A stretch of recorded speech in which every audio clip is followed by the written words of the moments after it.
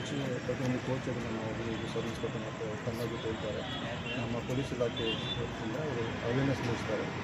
Help line ಬಗ್ಗೆ ಮತ್ತು drugs ಬಗ್ಗೆ ಮತ್ತು ಸೈಬರ್ ಕ್ರೈಮ್ ಬಗ್ಗೆ ಮತ್ತು ಪಬ್ಲಿಕ್ ಮಾತಾಡ್ತಾರೆ. ಅವರಿಗೆ ಏನಾದರೂ ಸಮಸ್ಯೆ ಇದ್ದರೆ, ಬಿಕಾಸ್ ಭಾಳ ಹೆಂಗಸರು ಲೇಡೀಸ್ ಕೂಡ ಟ್ರಾವೆಲ್ ಮಾಡ್ತಾರೆ, ಇದು ಅಲ್ಲಿ ಹೋಗಿ ತನಕ ಕತ್ಲ ಕೂಡ ಆಗುತ್ತೆ.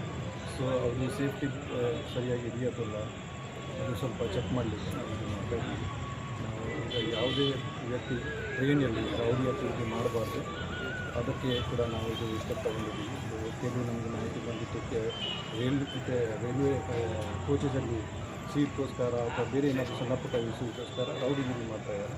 ಅವರಿಗೆ ಸ್ವಲ್ಪ ಎಚ್ಚರಿಕೆ ಕೊಡಲಿಕ್ಕೆ ಮತ್ತು ಅರಿವು ಮೂಡಿಸಲಿಕ್ಕೆ ನಾವು ಈ ಕ್ರಮ ತಗೊಳ್ತಾ ಇದ್ದೀವಿ. ಮುಂದೆ ಕೂಡ ಈ ಥರ ನಾವು ಮಾಡ್ತೀವಿ. ಜನರು ಎಲ್ಲ ನಮಗೆ ಸಹಾಯ ಕೊಡ್ತಾ ಇದ್ದಾರೆ.